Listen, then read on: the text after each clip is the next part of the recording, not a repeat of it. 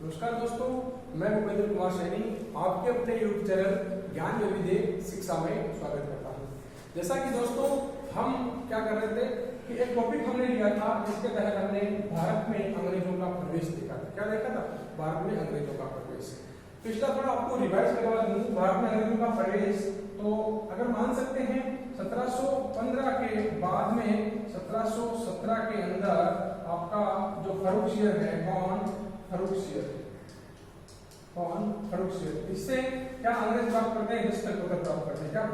क्या दस्तक पत्र प्राप्त करते हैं, जिसके द्वारा इनको कर मुक्त या कह सकते हो चुंगी मुक्त व्यापार करने की छूट मिल जाती है। क्या मिल जाती है? व्यापार करने की छूट मिल जाती है।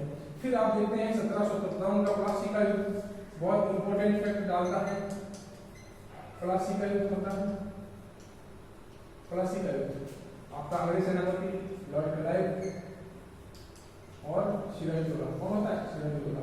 उसके बाद में हमने पढ़ा था 1764। क्या? 1764 का बक्सर का युद्ध। कौन सा युद्ध? बक्सर का। बक्सर के युद्ध के अंदर आपका जो गवर्नर जनरल है वो वेंसी टारगेट। कौन है? वेंसी टारगेट। लेकिन ये युद्ध में हिस्सा नहीं लेता है। ये युद्ध में हिस्सा नहीं लेता वेंसी टारगेट। युद्ध में हिस्सा कौन लेता है? इसका सेनापति, जिसका नाम आता है हेक्टर मुनरो। कौन आता है? Hector Munro. ये क्या करता है? जो अवध का नवाब है और मुगल जो बादशाह है और मीर कासिम, इनकी तीनों सूरत सेनाओं क्या कर देता है? हरा देता है। क्या कर देता है? हरा देता है। क्या कर देता है? हरा देता है। ये हमने रिवाइज हम कर चुके हैं। ये रिवाइज कर चुके हैं। अब आगे आपको बताऊं क्या प्रोसेस रही, क्या कहानी रही।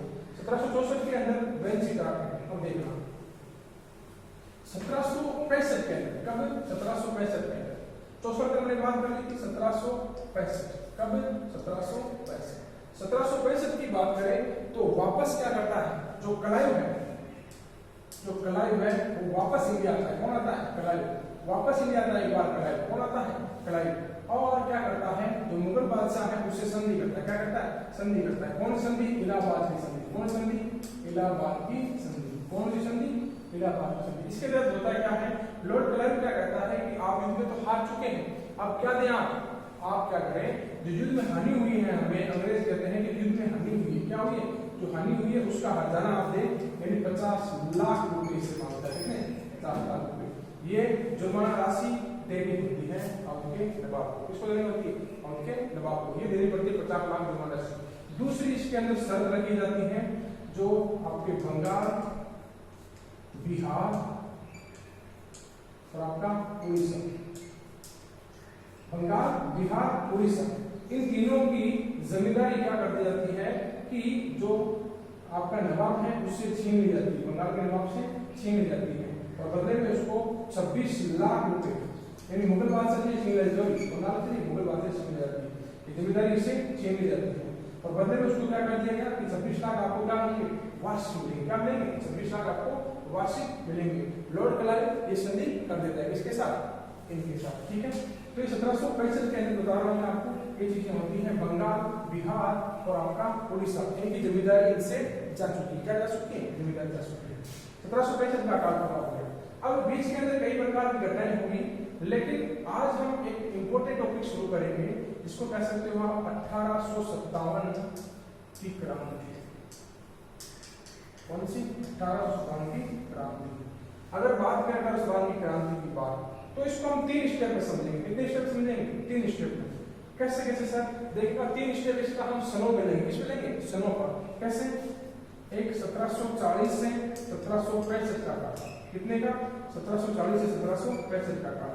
दूसरा 1765 से हम लेंगे 1700, आप कह सकते हो 1765 से लेकर इसको ले लेंगे हम 1765 और 1765 में जो बक्सर का युद्ध होता है उससे लेकर ये काल लेंगे हम 1813 तक। कब तक लेंगे? 1813। और तीसरा काल लेते हैं हम 1813 से 1857। 3 काल में इसको डिवाइड करते हैं। कितने काल में? 3 में। पहला, दूसरा, तीसरा। पहला काल हम पढ़ चुके हैं 1740 से 1765 पढ़ चुके हैं ना। मैंने बताया था अली वर्दी खान शासक बनता है। कब? 1740 में। फिर 1740 में ये बनता है। फिर 1700 आप कह सकते हो 56 में सिराजुद्दौला बनता है। कौन बनता है? सिराजुद्दौला। 57 में आपका प्लासी का युद्ध होता है। कौन सा होता है? प्लासी का। फिर 64 के अंदर बक्सर का युद्ध, 65 के अंदर क्लाइव वापस आता है, इलाहाबाद की संधि होती है। दूसरा काम ये चलता है। कौन सा काम? दूसरा काम ये चलता है, ये काम। इसके अंदर क्या करते हैं अंग्रेज, क्या करते हैं, एक नीति अपनाते हैं। कौन सी नीति? इसकी नीति को हम कह सकते हैं, इसके अंदर कई प्रकार की घटनाएं होंगी। अब अंग्रेज क्या करेंगे, धीरे धीरे जितने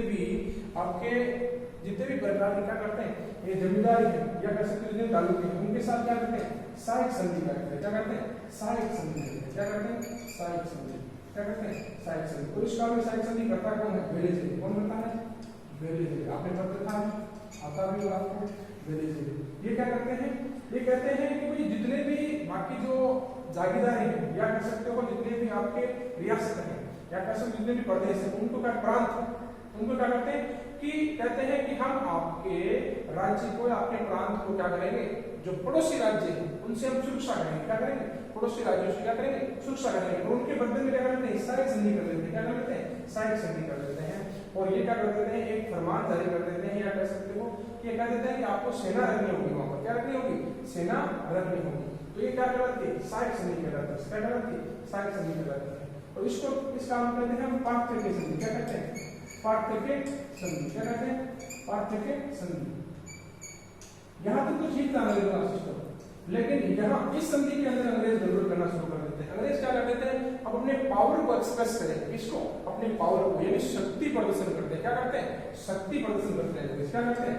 शक्ति प्रदर्शन यानी अपनी पावर दिखाते हैं। क्या दिखाते हैं? पावर दिखाते हैं। पावर कैसे दिखाते हैं? अब बता दूं आपको, 1857 की क्रांति होती है। 1857 की क्रांति के समय वाइसरॉय कौन था? कैनिंग था। कौन था? कैनिंग, लॉर्ड कैनिंग था। लॉर्ड कैनिंग तो इतना तक कह देता है मुगल बादशाह शाह आलम द्वितीय को क्या कहता है कि आप अंतिम मुगल बादशाह होंगे। क्या होंगे? आप अंतिम मुगल बादशाह होंगे। 1856 के अंदर, 1856 के अंदर क्लाइव ये कह देता है, 57 में तो कैनिंग कह देता है, क्लाइव की बात करें तो 56 में क्लाइव साफ साफ आदेश देता है कि लाल किला क्या करें? खाली करें। क्या करें? लाल किला खाली करें। अंग्रेजों की हिम्मत कर देखिए, अंग्रेज भारत में रहकर भारतीयों के जो निवास स्थान उनको खाली करवाने की बातें कर रहे हैं। क्या कर रहे हैं? बातें कर रहे हैं। ठीक है, तो ये सारी चीजें थी। ये 3 स्टेप हम पढ़ते हैं 1857 की क्रांति के लिए जिम्मेदार। ये पार्ट मैं आपको समझा चुका हूँ। ये पार्ट इंपोर्टेंट पार्ट था। इसके अंदर कई प्रकार के प्लासी का युद्ध होता है, प्लासी बक्सर इसके अंदर बहुत इंपॉर्टेंट टॉपिक है। आप कहते हैं इतिहास याद नहीं होता, इतिहास याद होता है, बिल्कुल होता है, नहीं भूलोगे। कई कहते हैं भूल जाते हैं सर, आपको पढ़ते हैं, लेकिन आप इस प्रकार से इनको डिवाइडेशन कीजिएगा, आपको याद रहे टाइम पीरियड के अंदर। क्या आप अपना बर्थडे भूल पाते हो? क्या आप आपने विवाह किया है, क्या उसकी डेट भूल पाते हो? आप भूल पाते हो क्या बाकी आपके भाइयों का जन्मदिन आप भूल पाते हो? आप अपने फ्रेंडों का जन्मदिन भूल पाते हो? आपको याद रहता है। क्या रहता है? याद रहता है, लेकिन सीक्वेंस है। क्या है? सीक्वेंस है, उस प्रकार से आप याद कीजिएगा। तो ये 3 चीजें थी 1857 की क्रांति में हम पढ़ते हैं। कौन सी? ये 3 चीजें। ठीक है, अब बात करें 1857 की क्रांति हुई कई प्रकार के कारण से। क्या थे? कई प्रकार के कारण। कई प्रकार के कारण में कौन से कारण कर सकते हैं सर? कई प्रकार के कारण। पहला आर्थिक कारण, राजनीतिक कारण समझ चुके हैं, पर आर्थिक कारण से धार्मिक कारण। क्या थे? आर्थिक कारण के धार्मिक कारण। कौन से? आर्थिक कारण भी रहे और धार्मिक कारण रहे। पहले हम समझेंगे आर्थिक कारण। क्या समझेंगे? आर्थिक कारण। कौन से कारण? आर्थिक कारण।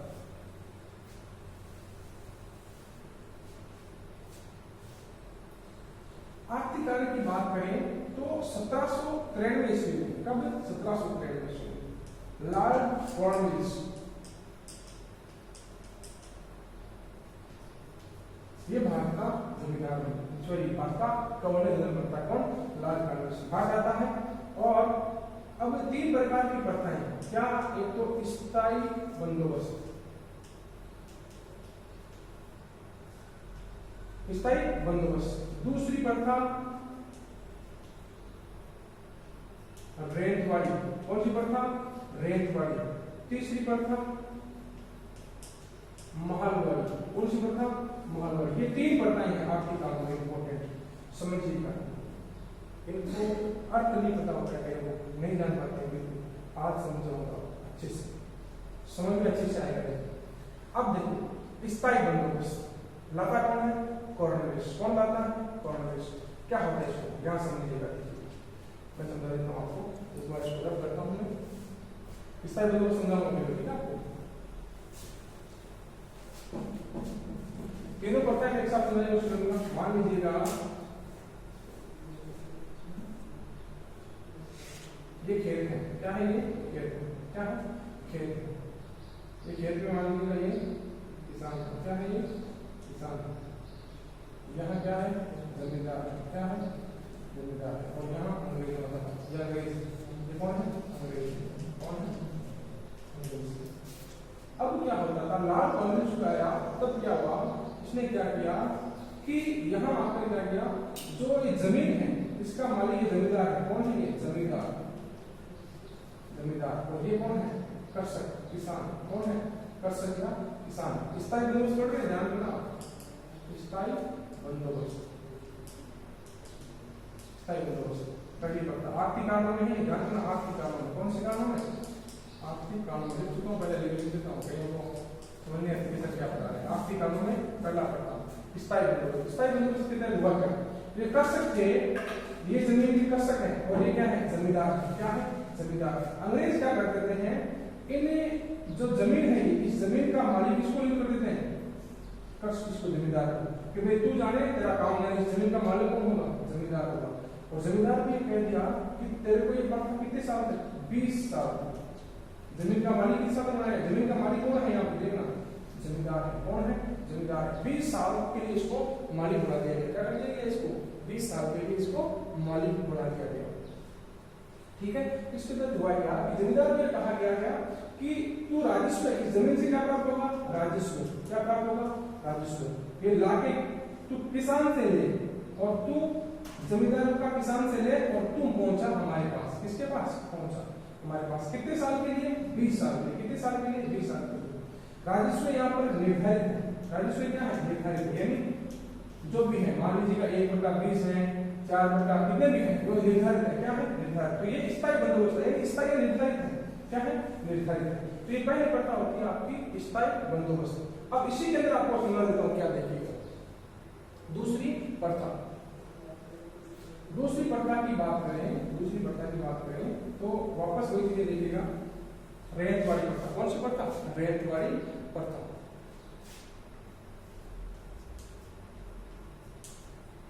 रैयत वाली प्रथा, रैयत वाली प्रथा। अब इसमें क्या होगा, इसके अंदर वो किसान वापस ये खेत आ गए, खेत किसान खेत आ गए, किसान में क्या है खेत है, ये वापस यहाँ पर कौन है किसान, कौन है वापस किसान, कौन है किसान, कौन है किसान, ये जमींदार, कौन है जमींदार, और ये वापस अंग्रेज, कौन है अंग्रेज। तो किसान की जमींदार की अंग्रेज। हमने देखा था कि पहली स्थायी बंदोबस्त में क्या करा कि ये यहाँ से लेगा, ये यहाँ से लेगा, और कौन उठाएगा ये इसको देगा अंग्रेजों को, कौन देगा अंग्रेजों को देगा, अंग्रेजों को ये देगा। अब इसके अंदर क्या हुआ, इसके अंदर क्या हुआ, इस जमींदार को क्या हुआ हटा दिया गया, किसको जमींदार को। अब क्या करे किसान, सीधा अपना राजस्व किसको दे अंग्रेजों को, किसको दे अंग्रेजों को। ये प्रथा क्या करे रैयत वाली, क्या करे रैयत वाली। इसको लाए कौन थे, इसको लाए थे अंग्रेज अधिकारी, इसका नाम आता है एक का ड्रिड, एक आता है मुंगो, क्या आता है टॉमस मुंगो, टॉमस मुंगो पूरा नाम इसका टॉमस मुंगो। ये प्रथा कहलाती है। इसके अंदर किसी प्रकार से राजस्व निर्धारित नहीं है, किसी प्रकार से क्या नहीं है राजस्व निर्धारित नहीं है। अब ये प्रथा लाई कहां पर गई थी, एक तो आपका बंगाल और एक आपका मुंबई, उस समय मुंबई को मुंबई कहते थे, दो प्रदेशों में लाई गई। और बता दूं आपको भारत की 51% जमीन, कितनी 51% जमीन इसके अंडर आई थी, बंबई और बंगाल, बंबई और बंगाल। ये रैयत वाली प्रथा, कौन सी प्रथा रैयत वाली, जिसके अंदर क्या होगा जो किसान है उसको डायरेक्ट अंग्रेजों को कर देना होगा, यानी जमींदार बीच में अंदर नहीं है, ठीक है। ये रैयत वाली प्रथा है, कौन सी प्रथा है रैयत वाली। अब अगली प्रथा बताता हूं मैं आपको, रैयत वाली प्रथा के बाद कह सकते हो अगली प्रथा आती है महलवाड़ी प्रथा। कौन सी प्रथा महलवाड़ी प्रथा, महलवाड़ी प्रथा। महलवाड़ी प्रथा की बात करें तो देखिए क्या हुआ, महलवाड़ी प्रथा में क्या हुआ कि महल, पहले इसका समझिए महल, क्या महल, महल का होता है गांव, क्या होता है गांव। अब महलवाड़ी प्रथा में क्या हुआ, ये खेत है किसान का, खेत है, ये किसान है। अब ये यहाँ पर क्या है, अंग्रेज सिंह, कौन है, अंग्रेज सिंह, अंग्रेज अधिकारी। अब क्या हुआ कि किसान फसल का क्या राजस्व प्राप्त, तो राजस्व होगा, पैसों के रूप में हो सकता है, धनदाने के रूप में हो सकता है। तो अंग्रेजों ने क्या किया कि किसानों को आदेश दिया कि आप क्या कर ले, अपने आप ही एक व्यक्ति को डिसाइड कर ले, क्या कर ले, एक व्यक्ति को डिसाइड कर ले। किसको डिसाइड कर ले, व्यक्ति को। आपको आने की आवश्यकता नहीं है, एक व्यक्ति पूरे गांव का क्या करेगा, पूरे गांव का राजस्व इकट्ठा करेगा और अंग्रेजों के पास पहुंचा देगा। किसके पास पहुंचा देगा, यानी जितने भी किसान है, मान लीजिए एक किसान सारे हैं, ये जितने भी किसान है, जितने भी किसान है, ये अपने में से क्या करें, एक व्यक्ति के साथ चुन ले, ये क्या करें, जाकर क्या करें, पूरे गांव का, महामारी क्यों कराई, पूरे गांव का, किसका, पूरे गांव का, एक खेत नहीं है, पूरे गांव के जितने भी खेत है उनका क्या करें, एक व्यक्ति डिसाइड हो जाएगा, ये क्या करेगा, अंग्रेजों को लौटा देगा, अंग्रेजों को देगा, राजस्व देगा, क्या दे देगा, राजस्व दे देगा। अब से महामारी प्रथा लाता कौन है, तो एक अंग्रेज अधिकारी जिसका नाम है बर्ड, एक होता है मैकेंजी, क्या नाम है, मैकेंजी, ये दोनों लाते हैं, कौन, बर्ड और मैकेंजी, कौन लाते हैं, बर्ड और मैकेंजी। अब ये कहां से लाए थे, ये किन राज्यों में थे, ये लाए थे आगरा, अवध, आगरा आ गया आपका, अवध आ गया और बिहार, नहीं सॉरी पंजाब, आगरा, अवध और पंजाब और मध्य भारत, यानी लगभग पूरा भारत कवर हो रहा है। तीन बड़े स्टेट कवर हो रहे हैं, लेकिन ऊपर लिख देता हूं मैं इनको, किस किस में, ये कौन, ठीक है, पढ़ता कैसे थे, यानी जो महालवाड़ी पढ़ता, कौन सी पढ़ता, महालवाड़ी, महालवाड़ी पढ़ता, लाया कौन था, अंग्रेज अधिकारी रीड, सॉरी बर्ड, बर्ड और मैकेंजी, कौन, मैकेंजी, बर्ड और मैकेंजी। कवर कौन कौन से हो गए, अवध, आपका एक कौन हो गया, अवध हो गया, एक हो गया आपका बिहार, सॉरी अवध पंजाब, कौन सा, अवध पंजाब और मध्य भारत, अवध पंजाब और आपका मध्य भारत, कौन हो गया, अवध पंजाब और मध्य भारत। और एक स्टेट इसके अंदर था आगरा, क्या था, आगरा, ये तीनों स्टेट, आगरा, अवध पंजाब और मध्य भारत, इन तीनों के अंदर महालवाड़ी प्रथा कैसा ये कवर हो गई। और मैंने आपको तीनों प्रथाएं समझा दी। ये थे क्या 1857 की जो क्रांति होने के पीछे आर्थिक कारण थे। इसके कारण हुआ क्या था कि जितने भी जमींदार वगैरह थे ये इस प्रकार से मजदूरों का शोषण करने लगे, श्रमिकों का शोषण करने लगे। अब एक इनसे नया वर्ड उपजा, किससे, महालवाड़ी से, किससे, महालवाड़ी से। कौन सा सर, आप सुनते भी हैं, तालुकेदार, क्या, तालुकेदार, क्या है तालुकेदार, देखिएगा, मान लीजिएगा ये गांव है, क्या है, गांव है, गांव के अंदर मान लीजिए छोटे किसानों को कहते हैं, क्या किसानों को कहते हैं। तो महालवाड़ी प्रथा में क्या होता है कि एक क्या होगा, एक व्यक्ति ऐसा होगा जो क्या करेगा, एक व्यक्ति ऐसा होगा, सुनिएगा, एक व्यक्ति ऐसा होगा जो क्या करेगा, यहाँ से राजस्व प्राप्त करके इनको दे देगा। अब क्या हुआ, धीरे धीरे अधिकारी का, ये जमींदार कह सकते इसको, ये जमींदार का, ये पैसा वाला हो गया, क्या हो गया, पैसा वाला। तो ये कहाँ चला गया, ये शहर चला गया, कहाँ चला गया, शहर, कहाँ चला गया, शहर, ये शहर आ गया, यहाँ से क्या गया, शहर। तो अब ये शहर आ गया, इसने क्या कर दिया, एक अपना कह सकते हो अधीनस्थ बना दिया, क्या बना दिया, अधीनस्थ, क्या बना दिया, अधीनस्थ, क्या बना दिया, अधीनस्थ। अब क्या ये क्या करता है, अधीनस्थ है ना, इनसे गांवों से लेता है और इसको देता है, फिर ये इसको देता है। तो बीच वाला अधीनस्थ था, इसके द्वारा जो जमींदार था, गांव का जो मुखिया था, जो राजस्व से लेता था, उनके बीच के अंदर जो कहलाया वो कहलाया तालुकेदार, क्या कहलाया, तालुकेदार। तो इस प्रकार से भारतीय किसानों का अच्छे से कह सकते हो शोषण किया गया बहुत बुरी तरीके से। तो ये मैंने आपको समझाए हैं आर्थिक कारण। आपको वीडियो अच्छा लगे तो लाइक करें, शेयर करें, सब्सक्राइब करें। अगला वीडियो में आर्थिक कारणों के अलावा धार्मिक कारणों का लेके आऊंगा। पिछला वीडियो भी आप अवश्य देखें। धन्यवाद।